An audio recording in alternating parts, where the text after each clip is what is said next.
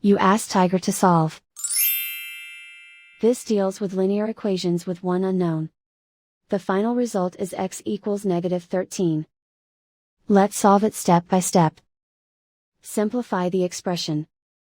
Expand the parentheses. Multiply the coefficients. Simplify the arithmetic. Expand the parentheses. Multiply the coefficients. Simplify the arithmetic. Group like terms. Simplify the arithmetic. Group all x terms on the left side of the equation. Subtract 7x from both sides. Group like terms. Simplify the arithmetic.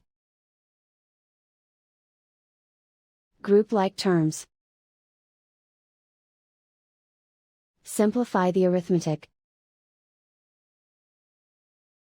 Group all constants on the right side of the equation. Add 15 to both sides. Simplify the arithmetic.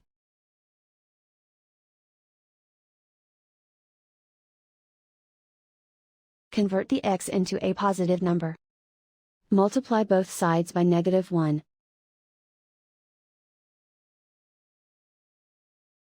Remove the ones. Simplify the arithmetic.